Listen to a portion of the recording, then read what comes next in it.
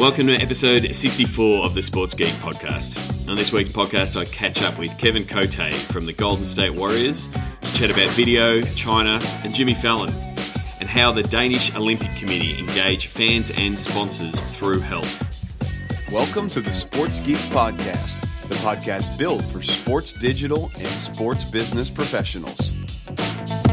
And now, here's your host, who deleted jelly after 2 days, Sean Callanan. Thanks, DJ Joel. My name is Sean Callanan, and you are listening to the Sports Geek podcast, either on iTunes, Stitcher, SoundCloud, or even Audio Boom. Yes, jelly. I can't even remember using jelly. I got DJ Joel to record that so long ago. Maybe I might update it and replace it with Ello, the latest, hottest new social media that everyone's all over. It won't be around in 3 weeks' time. On this week's podcast, I catch up with Cote to talk about how the Warriors' digital game has changed over the past few years and how they're also engaging fans in the stadium with iBeacon technology. Then I catch up with Jesper Nyholm from the Danish Olympic Committee and talk about the challenge of engaging fans in between the big events that are the Olympics. There's a lot of work to be done to get the brand out there and engage fans and sponsors in between Olympic Games. Also introduce the NFL Lookbook later in the show that you can download from Sports Geek. Talk about Cristiano Ronaldo, the A-League, and obviously the Cinderella story that is the Kansas City Royals in the Major League Baseball in reaching the World Series. Send me a tweet if you are listening. Hit me up at Sean Callanan or at Sports Geek. Love to know when, where, and why you're all listening to the Sports Geek podcast. But that is enough from me. Let's get stuck into the interviews. Up first is Cote from the Golden State Warriors on Sports Geek podcast.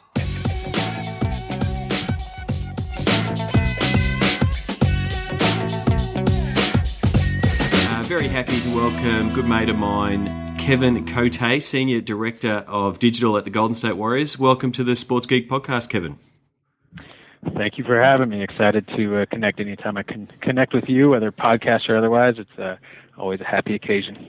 So NBA is in the off season, but like I like to say when speaking with anyone, and people always get the misnomer that there is an off season when you're working in digital. There is no off season for you guys in the NBA. How has the off season treated you guys at Golden State? Yeah, it's we joke around here. It should be called the second season. And I always laugh at every once in a while I get a question from someone asking if, do you go into the office in the off season? It's very, very funny to me. But it's as busy as ever. It gets busier every year, just with the role that technology plays, the role that digital plays, not only for our fans but also within the business as a whole.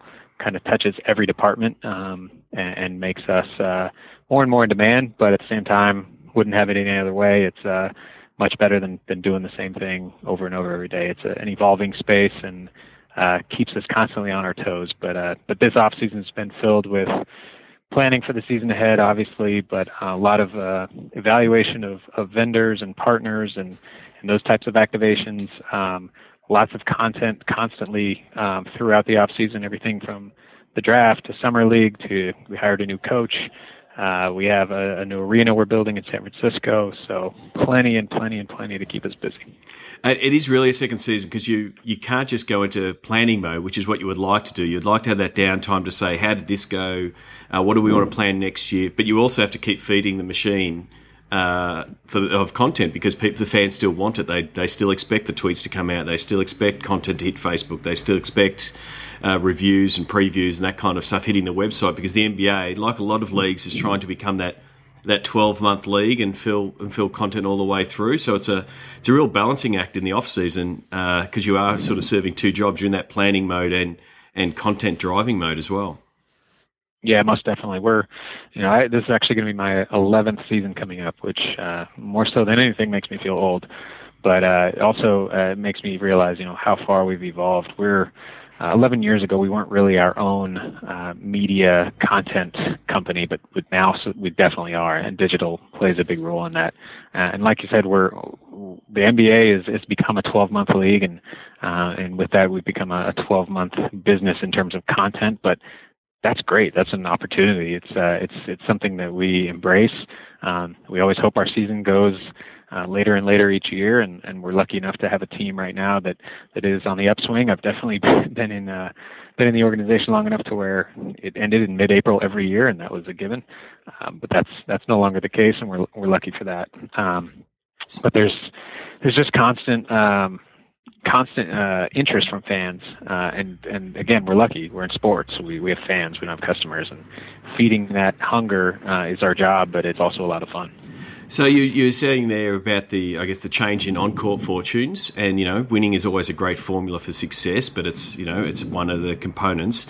How has things changed for you in the digital team from going from those days when the season did finish in April to now having a completely different and an amped fan base, a fuller stadium, selling more tickets and having more sellouts? How has that changed your marketing mix and marketing focus from we've got to sell tickets to we've got to engage the fan and we've got to engage the fan outside the stadium? How has that changed your mix in the last couple of years with the success on the court?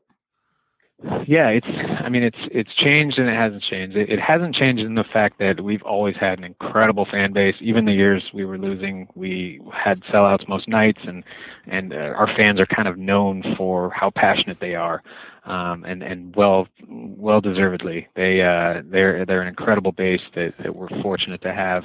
Now that we're winning, the interest is even higher. And not only what's changed a lot, I think, in the last couple of years is that interest isn't just local anymore. We've become more of a nationally known brand and even a globally known brand. And that's a big focus for us to extend our reach beyond just here in the Bay Area. We have such a passionate fan base to still cater to those fans, but also to speak to fans worldwide. We've made a big investment in trying to become one of those teams in a market like China that is so hungry for the NBA. We went over to China last season. We played the Lakers in 2 exhibition games, and I went with the team to represent the team kind of on a social and digital level. We started a Weibo account. We started a Chinese website. We are constantly keeping both of those channels up to date, and it's amazing to see the growth. For example, with Weibo, we've had it open for about 10 months now, and we actually have more fans on Weibo than we have on Twitter and Instagram combined, which is crazy to think about, but shows us that growth is there and there's potential for it, and we just have to continue to keep that as one of our main focuses. Yeah, I mean, it's definitely on the radar. I heard Commissioner Adam Silver talking about there's potential for like Saturday morning games to be able to fit right into the Chinese primetime market to make the NBA more accessible. And I guess that's the opportunity there, because there is just so many fans there with this insatiable appetite for the NBA, and doing more of those kind of outreach and reaching on those platforms is the opportunity for teams like the Warriors. Yeah, and I mean it goes to show with the the level of international players we have within the league itself. Obviously, you and I have even talked about Mr. Andrew Bogut, who's probably near and dear to your heart. And because of him, we have a lot more interest in Australia, and It goes to show in merchandise sales and web traffic and social following. I know he's even trying to campaign to have the next set of NBA Global Games in Australia, and if so, I want to make sure I'm on that trip too, because I hear only good things. But it goes to show just how things continue to grow in a global fashion, and especially with the NBA as a league as a whole, and our job is to try to capitalize on that. Yeah, I think definitely Andrew Bogut going to Golden State would have definitely. There's plenty of Australian fans that are happy that he's now on the West Coast. It's a friendlier time for us to watch, and being on a team like the Warriors, it's always easy for us to tune in. So there's a lot of Warriors fans, and if you want to come to Melbourne, we're more than willing to open up Rod Laver Arena for the Warriors. It'll be full, no doubt. Okay, well, if it happens, then I'm going to take credit via this podcast. Yeah, no worries. Yeah, well, first we've just announced it. It eventually will happen, and we'll just claim credit later on. That sounds good. Yeah. But going back to the stadium, one of the case studies that you talked about at Seat with the guys at Pogo Seat was how you guys are using iBeacons in multiple ways. One with the Seat upgrades around Oracle Arena. Do you want to talk about some of the tech that that guys like Kev Akers have sort of rolled into the stadium and how it makes your job a lot easier? Yeah, for sure. So being in the Bay Area, we kind of have to be ahead of the curve, on the cutting edge, however you want to say it, with all things respected to technology and digital. We have higher-ups from Facebook and Twitter and Google at our games, and we have fans who work for those companies. We have fans who are just naturally socially savvy because they live here, and because of that, they have certain expectations, and we have to live up to that, which, again, is a challenge, but also a great opportunity and something that's a lot of fun. And with respect to beacons, that's a specific technology that we were definitely early adopters in last year, installing it in a live environment midway through the year, constantly testing and refining how the technology works, but then also educating fans and educating staff on the benefits of it and the opportunities.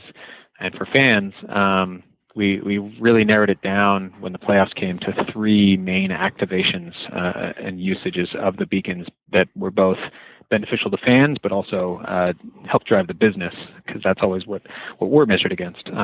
One of them was just a welcome to Warriors Ground message as soon as you step through any entrance. And upon swiping that message or receiving it on your app, you were told that you actually got a free playoff Warriors wristband, silicone wristband, just for having the app and activating that content. And so that was a win-win for the fans. For us, we were able to see how many fans actually received the bracelets and activated. The fans got something for free, and they were able to see, oh, okay, I kind of get why I should be looking out for these messages. The other one was as soon as you entered our team store, you actually were greeted with a video from Harrison Barnes, one of our players, who basically said, welcome to the team store. Thanks for downloading our app. Here's an exclusive offer just for you. You look below the video, and it's a 10% off offer for all of our merchandise. Something we don't do a lot of discounting either. So this was a pretty special offer for our fans to receive, especially during the playoffs. And again, a business driver. And then the third one, which I spoke about at Seat, was we have seat upgrade technology within our mobile app. So when we were originally thinking about beacons, one of the first things that popped into our head was, why don't we put them at the top of the escalator? And as soon as you get to the top of the escalator, it tells you, hey, did you know you can upgrade your seats? We're in a pretty much a sold-out situation every night, which we're very fortunate and lucky for. So the inventory isn't ideal, but there are always still available lower-level tickets due to NBA holds that we have to hold back until the last minute. So there are always opportunities to upgrade, and that was a great way to showcase the technology, to raise awareness for the fact that we had seat upgrades, and then also to help drive revenue. So a win-win for everybody again. And the feedback from the fans to this, because it is new technology, you do have to explain it to them and educate them on how it's used and why it's used. Because it's almost in surprise and delight mode when this type of technology rolls out, because they're not expecting to be at the top of the escalator and be told, oh, here's the functionality in the system. Did you know it exists? It might make your experience better. Yeah, honestly, that was the biggest challenge with the technology, was just the education of fans, and the education that we received, from a nerdy technical standpoint, what operating system fans are using, what phones, what versions of the phones, whether they had our mobile app or the updated version of our mobile app that had an SDK integrated into it. So there were all these hurdles from an education standpoint, but that's also where, kind of being an early adopter in a technology, those are things you're going to go through, but it's also critical learnings, because it helps you understand how to improve the experience moving forward. And so that was during the playoffs, and unfortunately we lost in Game 7 of the first round against the Clippers. And so that's where the experiment kind of stopped. But this off season, there's been a lot of planning into what we can do to improve upon those experiences, which makes me very excited for the season that's coming up. I mean, the opportunity now is that you can start framing those messages to be different messages for different people based on their usage of the app, and starting being more sophisticated in what those messages are, because you want to be making sure you're presenting that right offer to the right to the right fan because they've turned up to many games or those kind of things. Is that sort of where you're going to take the technology this season?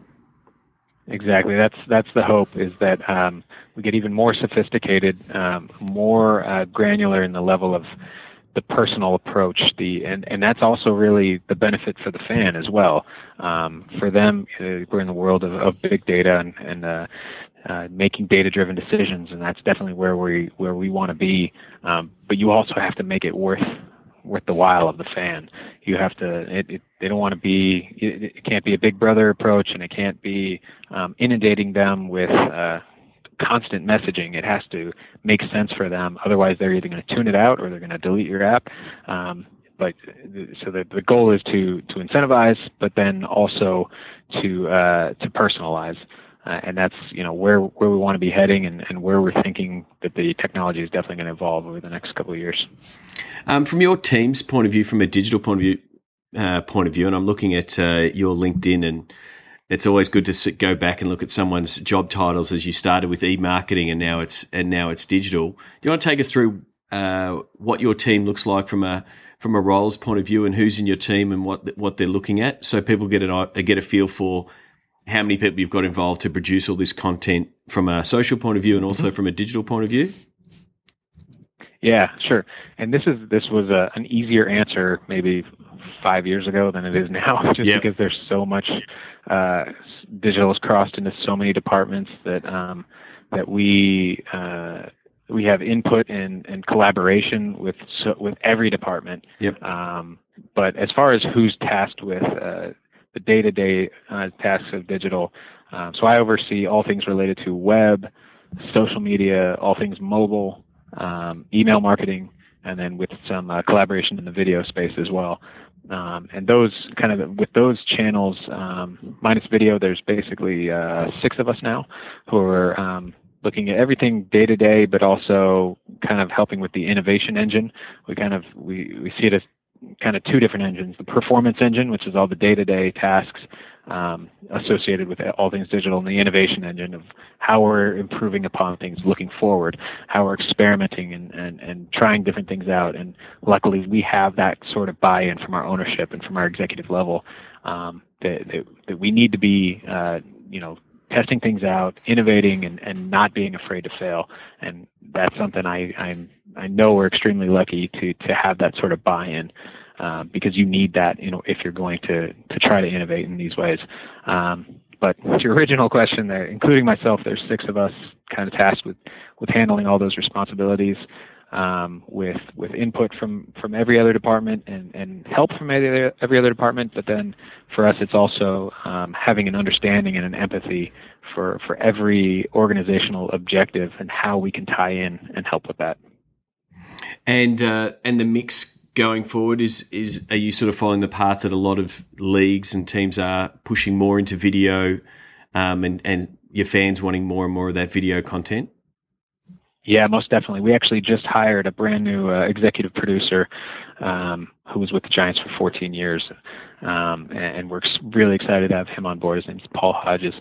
He's going to be helping really lead us in that video effort. We actually produced, I went through it the other day, we produced 600 pieces of original video content in the last 12 months, which is great and shows the level of it. We're churning things out, but it also might be too much. We're putting up videos just to put them up and without an overarching strategy. So while that's a great number and it's big, I don't know if we want to have 600 original pieces of video content next year. We want to kind of harness some of that and rebrand it and repackage it so that it makes more sense. And then it's not only going to live just on Warriors.com and on YouTube, but that we find additional distribution channels, that we make broadcast quality content that's going to go on TV.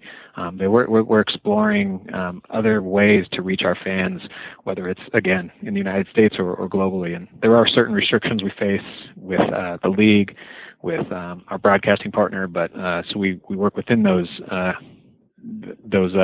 agreements. But at the same time, we're constantly looking of ways we can push the boundaries in the effort of the goal of making ourselves a global brand. I mean, I'm always looking at outside of sports for inspiration for what sports can do, and I mean, if you're looking at, from a video strategy and making your brand bigger and making people aware of what you're doing, you only have to look at, and these are the people at the top of their game. You only have to look at what Jimmy Fallon and Kimmel are doing with all of their video skits and that are going on YouTube and becoming viral, and they're becoming the must-see, the must-share thing that are causing the tune in. And effectively, you want to be able to produce those kind of video pieces that become water cooler talk, shareable everywhere. People want to tune in to find out what the next, almost, what's the next Warriors digital short. Is that the sort of space that you would like to be in? Most definitely. That's something we talk about a lot here. Is we too often get confined into comparing ourselves to other NBA teams or maybe other sports teams, which is good and a good way to measure yourself. But we want to consider ourselves an entertainment company that happens to play basketball, and with that, comparing ourselves to other industries, looking for best practices in other industries, but understanding the media and entertainment landscape as a whole, understanding that we are our own media entertainment company, and taking cues and inspiration from people like Jimmy Fallon. You definitely hit the nail right on the head on that, and knowing that we have the opportunity to be creative in that way is liberating to some extent, and it's fun to just sit here and brainstorm about what's possible. We also have a great group of guys on the team itself that definitely gets that and understands that, and especially as the I guess maybe as I get older, but as the players get younger, they're definitely, they come into the league already knowing all about social. Yep. And already having a presence and already having some of that training, to where a few years ago that wasn't the case, and it was a lot of us kind of helping guide that. But now all these guys are socially savvy and understand media, and it's great to work with them and use them as an asset, and then have, be there to help them as well if they need it, and kind of work in that way. If you have, for the people who are listening, I know Kevin's got to go in a minute to another meeting, but definitely check out your Happy video, your music video take of Pharrell's Happy. It's exactly in that spot of it, get everyone dancing, show the Warriors brand overall. The players got involved. That was a massive success for you guys last year. Yeah, that was a lot of fun. We actually got in on that really early. We had that, and that inspiration came from our game ops department, and that's where it goes to show the collaboration with all departments here. They saw that video and they thought, oh my God, that's going to be huge. We need to do something. We jumped on it, and then we actually got to the point where Pharrell performed at halftime of the All-Star game, and we got him to. He was all in on the video. He already retweeted it months before that, but he got to the point where we got to connect with him in the All-Star game. He did a personal message for our fans, and that became, a good moment for the entire season, and something that evolved out of just a brainstorming idea in a small room that evolved into a much bigger showcase for the brand, and also a fun nod to our fans. I mean, that's a great takeaway. Even though you've got a team of 6 in your digital team and the wider, your wider team, the fact that there's plenty of great ideas in your whole organization. So if you can sort of make sure that you're having those conversations, someone else might see something that will be a hot topic or a trend or have a great idea. Being able to let anyone put in a suggestion or tap you on the shoulder is great advice for any team. I think otherwise you're just insular and looking at your own team. Yeah, and beyond that, we're lucky to be, again, in the Bay Area where our neighbors are Facebook and Google and Twitter and so many other great tech companies, and so those are our neighbors, but they also become, content partners for us. So we're able to test things out and try things out and have that kind of conversation with them and take advantage of our location. And so we try to take advantage of that as much as we can as well. Well, thank you very much, Kevin, for coming on the podcast. I know you've got to jump into another meeting, so very much thank you for spending some time, and I'm looking forward to catching up with you in San Francisco for SEAT next year, and I might even pop over earlier to catch a Warriors game. Yeah, definitely, and I'm glad you have your voice back. and I hope next year at Seat. I think last year at Seat you were on crutches. This year you lost your voice, so hopefully next year you're at 100%. Oh no! Apparently, I've meant to do live surgery on stage if the trend continues. So, yeah, one or the other. One or the other. Thanks very much, and I'll speak to you soon. All right. Cheers. Sign up for Sports Geek News at sportsgeekhq.com/sign up now. Thanks again to Kevin Cote for coming on the podcast. I hope to get back to San Francisco before Seat next year and catch a few games like I did last in March in 2013. I was lucky enough to go to a Warriors game. And yes, for those who are looking to register for Seat, get your tickets now for both Seat 2015 in San Francisco. Early bird registrations are open, and I've been speaking to Christine. The sales are going quite well. Expect it to be sold out. So don't suffer from FOMO, fear of missing out, by missing out on Seat next year. And for those of you who are listening from London, Seat London has been announced, March 17, 2015. It's going to be held at the Lord's Cricket Ground. It's going to be a one-day conference, and we're going to see if we can develop the similar kind of conference in London. So if you're in that sports technology space, definitely from a London point of view, turn up and register now for Seat London. It's being run by Christine Stoffel in conjunction with Dennis Mills from Major Events International, both good friends of mine. It'll be a cracking conference. They've got some great speakers already. The guys from the 49ers will be there talking about Levi Stadium. So if you're in London and you want to be involved, simply go to sportsgeekhq.com/Seat London or Seat 2015 and you'll be redirected to the Seat website. A really interesting talk, I should say, with Kevin Cote, especially on the video, 600 piece of video, and contemplating whether that needs to be more or less.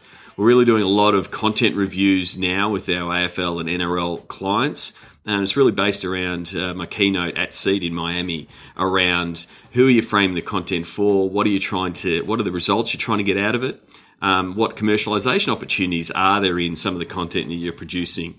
So if you're in that review and planning mode for next season, please give me a call or send me an email, Sean@sportsgeekhq.com. Would love to help you out.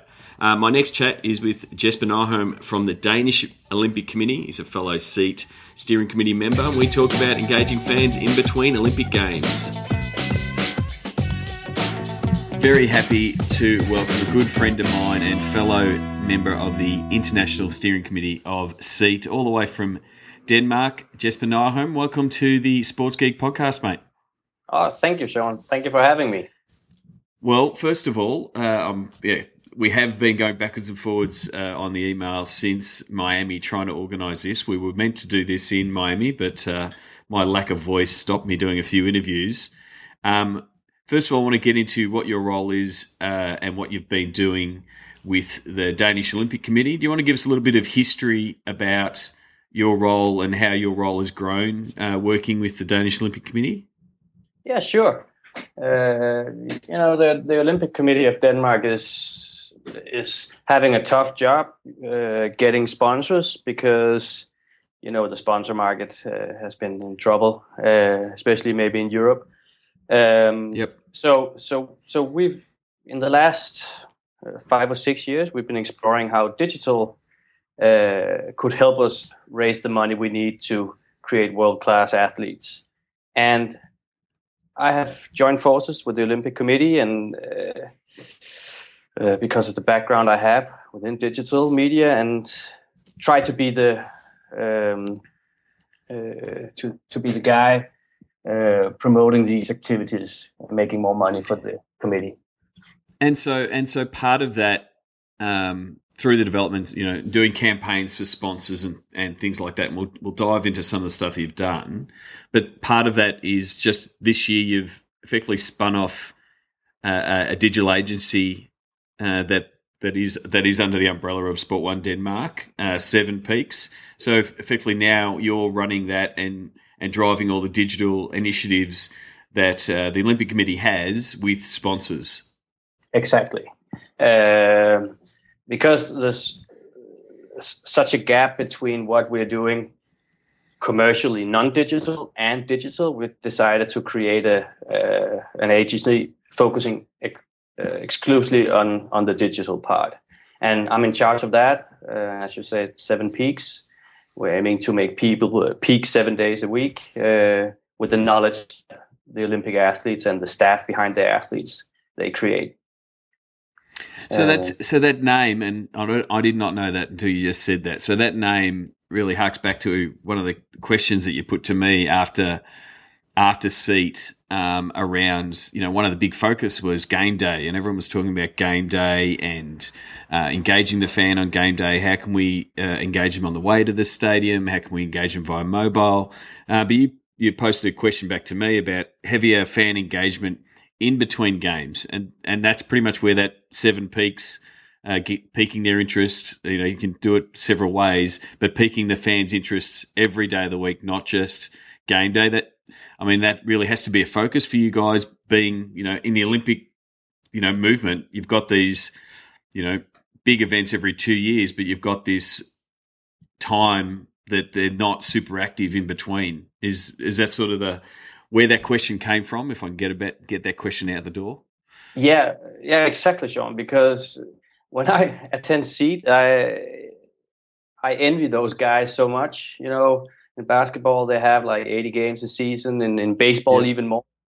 And we are sitting pretty tight, waiting for the next Olympic in Rio 2016. So that's exactly what I'm focusing on here. Is hey, we have off time from the stadium. Where can we make the money, and how can we engage the fans between the games? And exactly that's what 7 Peaks is all about. And so you're really looking at keeping the brand out there, keeping the lesser known athletes more in the profile in the Denmark sports market. Is that primarily a big part of your role?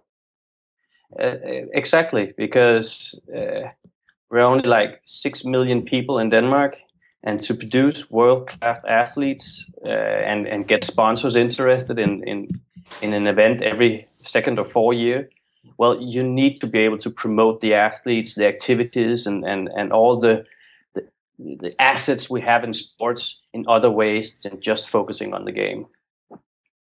So, what are some of the things that sponsors are doing in between the games? What are some things you're doing now? I see you've been tweeting about the Nordic Challenge. Tell us a little bit about that and what the focus the sponsors want in between games. Well, we have 2 things that we're focusing on mainly, but both of them jump out of the same asset we have. It's the knowledge. We have so many people creating knowledge here in the Olympic Committee, and that knowledge is all about becoming the best you can be. And we have created 2 products that we use for our sponsors. One of them is what we call the Winner Academy, where leaders and medium in medium size and large companies they go to an academy and learn everything about handling a team and creating winner mentality among the employees in the company. And it's actually athletes and trainers and coaches and sports psychologists that are teaching the sponsors' employees here. So that's like one part. And the other part is then this digital campaign software where all the employees in a company of a sponsor get to join an up to 12 weeks campaign where they try to break all the bad habits they have, habits that prevents them for performing the best they can, and instead promote the good habits that more exercise, eat healthy, less tobacco and less alcohol.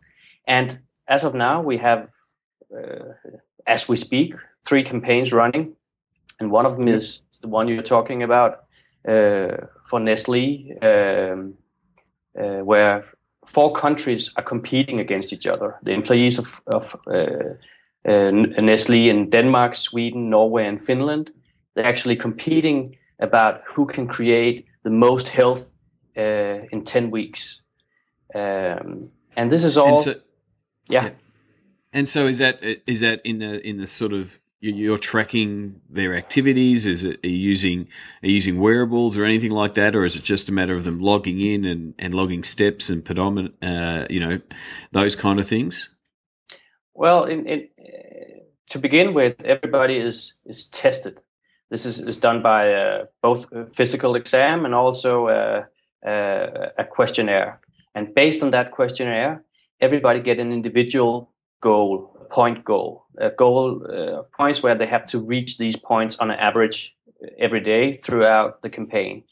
And then every day they go to the website and they track their eating habits, their sleeping habits, their exercise habits, and also their work-life balance habits. And actually, we managed to have like 80% of all the employees signing up for this. And among these 80%, you have like 75% who complete a campaign like this with reporting every day. Yep. And that creates a massive change in the organization. Less people are sick, people are more motivated, social capital raises, and all these things we see as well in a team of sports people when you work together. So really, it's from a sponsorship point of view, you're really tackling that staff engagement sort of space rather than that customer focused, sell more widgets or get more traffic to their site. You're really focusing on, well, we've got this in-house talent of people, athletes that are driven, that know how to be the best of at what they do, and you're trying to push that message of health and get more people active, using the Olympic message, using the branding of the Danish Olympic Committee, but engaging your sponsors' employees. Exactly. That's what we're doing, and every person in Denmark, and I guess that's the same in the rest of the world, or if you're a fan of any other team in any other sport, well, you would love to be closer to that brand that you're proud of.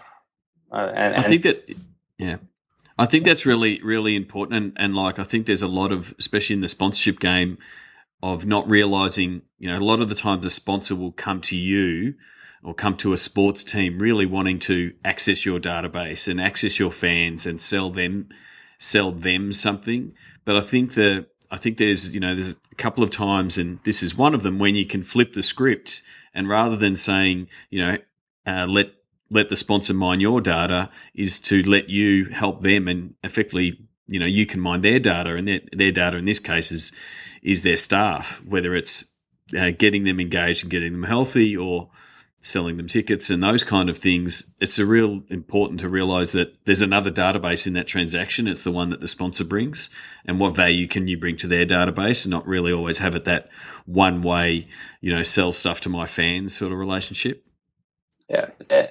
And even more, Sean, what we're experiencing right now is that the sponsor who are experiencing their employees becoming more healthy and more engaged in the daily work. Now the sponsor is starting to think, what if we did this and reached out to our customers? Yeah. What if all our customer base experienced the same thing? And in that way, we, as Olympic Committee, we are getting closer and closer to where the big decisions are made at our sponsors, and for a good reason, because we create value, true value, not just visibility and beers and stadiums. Yep, and that's the thing. You're effectively giving them, I guess, the employee model as a way to say this campaign works, and then they have the option to flip that to their own customers at a wider reach. Exactly. So so that's a real big thing. I mean, something you have to do in between times. I want to take you back to actually when you're in games mode. because as much as you said, the NBA, have 40 home games and the Major League Baseball have stacks more, and, the NFL has, short amount of games, but they are really huge events. But an Olympic Games is like compacting one of those one seasons into a 2-week period. Do you want to take us through what it's like inside an Olympic team and keeping all those digital campaigns going and engaging the fans? What is it like in that inner sanctum during a games? Well, during the games, I mean, it's hectic because, many athletes, even though they play in the NBA or the NFL or wherever they play, will at the end of their career state that the biggest thing they ever experienced was participating at the Olympic Games, and this is just such a huge thing that even in Denmark, where maybe we have like 100 athletes going to Summer Olympics, and it starts the day the last Olympic ends. That's where we start building up for the next Olympic Games. And actually, in Denmark, the Winter Olympics, even though you should think so, is very small for us because we have 8 or 10 athletes going. You have to go to Sweden or Norway to become a little more excited about that. So it's actually the Summer Olympics that's big for us. And every day we have great people working to try to get the athletes become better and better and better, and eliminate all the obstacles that stand between the athletes and their ability to bring back gold for Denmark. And one of the things I wanted to know, we've sort of seen because the Olympics is every 2 years, that the IOC has been a little bit slow to get up to speed with everything digital, especially in social point of view, and the really locked down media rights and what you can and can't do, and their policies didn't quite catch up to things like Twitter and Vine and Instagram and things like that. How have you, did you, from looking at least from London to Sochi, did you see that get better a little bit and the reins loosen a little bit and the games becoming a bit more socially active, both from a participant's point of view, the athletes, and the organising bodies? I think we still have a long way to go, because, for example, as a commercial unit here in Denmark, the National Olympic Committee, the NOC, every country has an NOC responsible for managing the IOC rights in that specific region of the world. And so it's pretty much up to every country, instead of the IOC to promote like good guidelines and they just take care of the big massive sponsors, and in every country we have to like figure out our own way to engage people digitally or offline, and that's tough because we don't have the resources to do that. And I'm trying to promote that digital would actually be the most economical way to do that, probably. But it takes time, and I believe that we have to get past Rio in 2016, because in Rio, everybody will experience that even the sponsors that are engaged here, if they're not socially well, the people will be anyway, and they will lose out.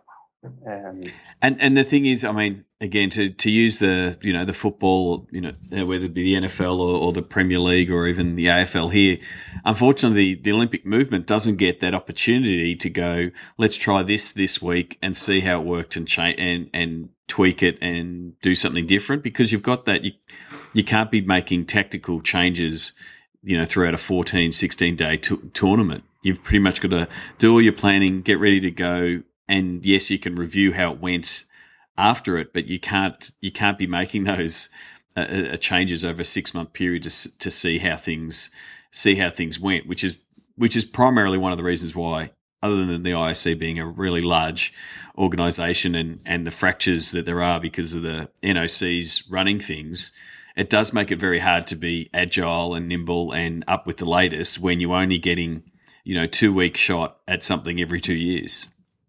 Yeah, and besides that, you to complete that picture, you have to think that if it was an NFL team, it's like for every game you have to build a new stadium, and all these things just makes the project or the campaign or the initiative so much bigger that it's hard to focus on everything the same way. So the Olympic is definitely behind when it comes to engaging socially and digitally, and it will take some time before we get there. But the thing is, from your point of view, again, from a Danish Olympic Committee's point of view, you're still looking to tell all the stories that aren't being told by the official broadcasters, by the IOC's channels, because you want to make sure that your story gets out, and that's that point of differentiation. So you're very much similar to a sports team, whether it be the New England Patriots or Arsenal. You're trying to tell and sell, because you are commercializing it, the Denmark Olympic message, whether it be a particular team, a particular athlete that's running or swimming or whatever it is. You've got to get that message out, and you want to make sure that your home base, your website and your social channels are a destination of choice when the Olympics are on. So that's always something that you're trying to drive.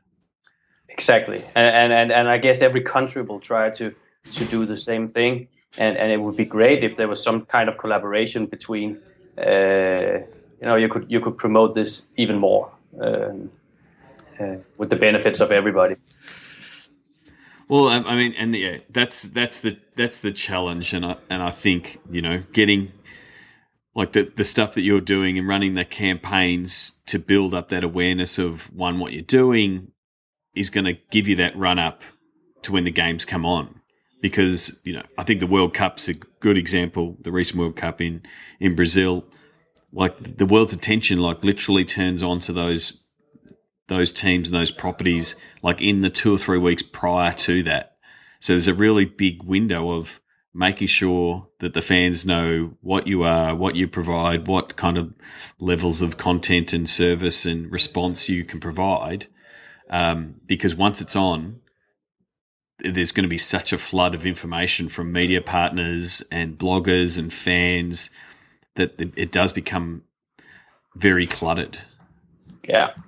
Yeah, and our sponsors, particularly in Denmark, they and of course in everybody in any other NOC, they're concerned with that we are not allowed to promote them outside of Denmark. That's the so you have, which is, I mean, that's a little bit archaic, and I spoke to Ted Johnson recently. He's going to be on a future podcast. It's similar to what the NBA had with those, in the early days, those geographical restrictions of what you can do, but digital doesn't have a geographic boundary. It makes it very tough for you to say, Jesper, send out that tweet with that sponsor message. Oh, but don't let anyone outside of Denmark see it. Yeah. That's just something that can't happen anymore. And it really limits you if you can't do that. I mean, we all know if you put up a Facebook post and you put a geographical boundary around it, you can pretty much kiss the edge rank goodbye, because it won't. No, hardly anyone will see it. It really makes things tough for you in that sense. Yeah, and that's what's eventually going to help us drive the change here in the Olympic atmosphere, because you can't maintain that way of working when we're living in a digital world. And actually, I don't see that many reasons for this being a good idea that we're trying to limit the sponsors that way. So I think it will change, Sean, after maybe next Olympics again. We'll see that the digital is so much far ahead than the guidelines we have for promoting sponsors. We need to change things. And the Olympic movement, if not, is definitely one that's moved by the money that's involved. Let's be honest.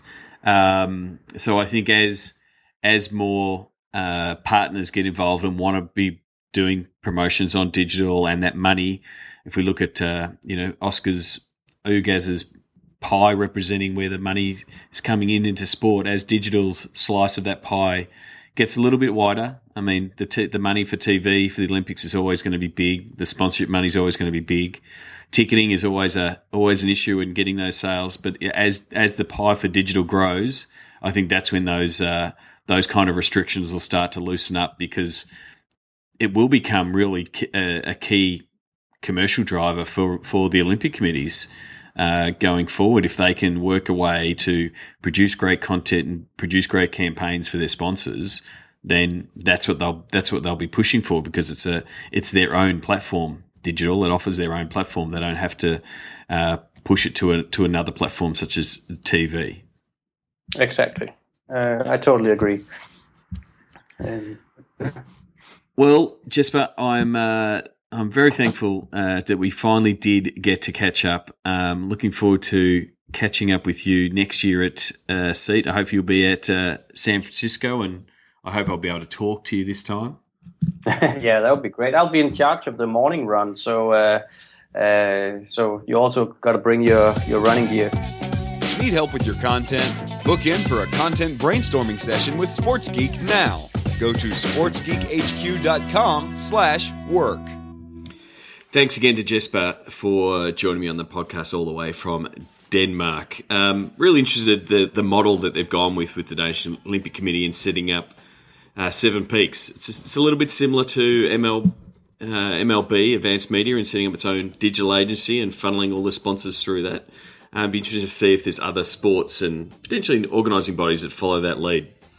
Wanted to have a quick plug for the NFL Lookbook. What we've done is we've taken all the NFL team websites and put them into one handy PDF. It's not a small PDF, but it's got all the team pages. So if you want to have a look at that, you can sign up and get it at sportsgeekhq.com/lookbook.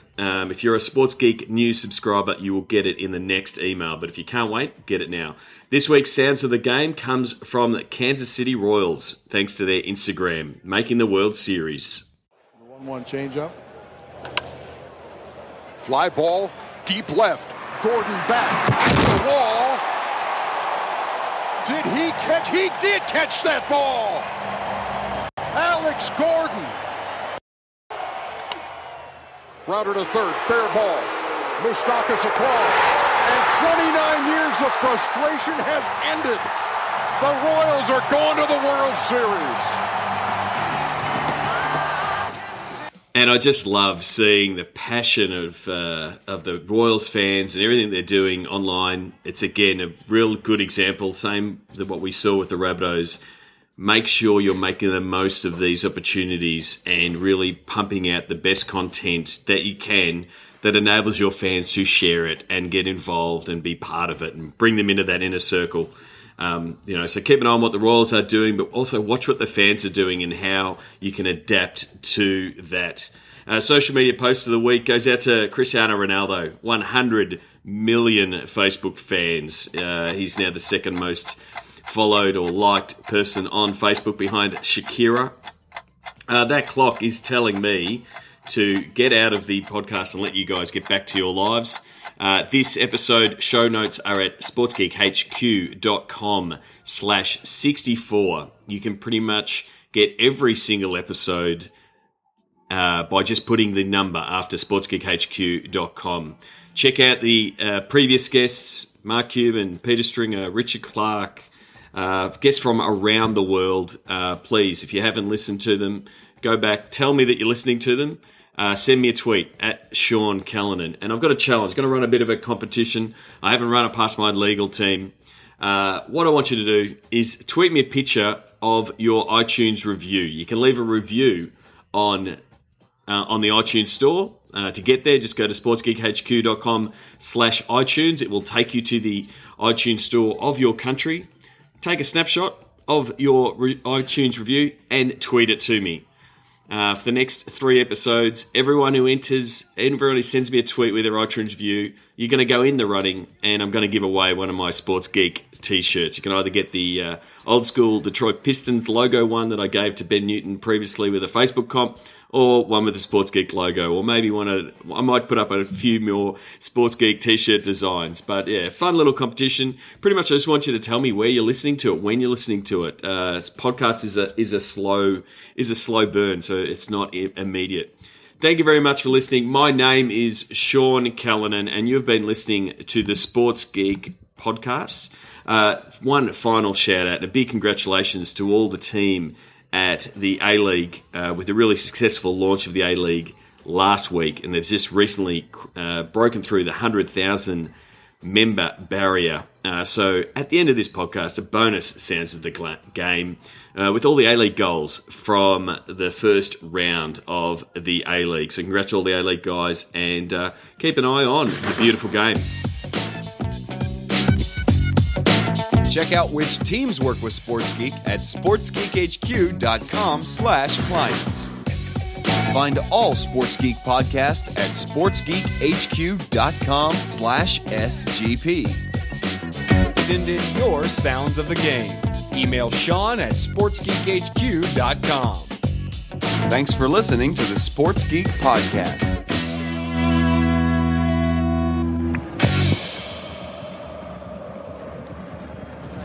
Full toll here, they can do! Barisha sends Cote, and now Broxton! Bridge, Sachi Thompson! Firo, chance here for the Central Coast. Mera trying to stay outside and going, a chance for Melbourne City, David Mera! It pulls it back, win for the Perth Glory. Right through! Ready for Jitze! Delivery whipped across the face, and it's an own goal.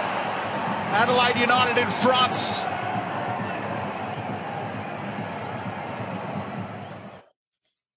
You're still here? It's over. Go home. Go.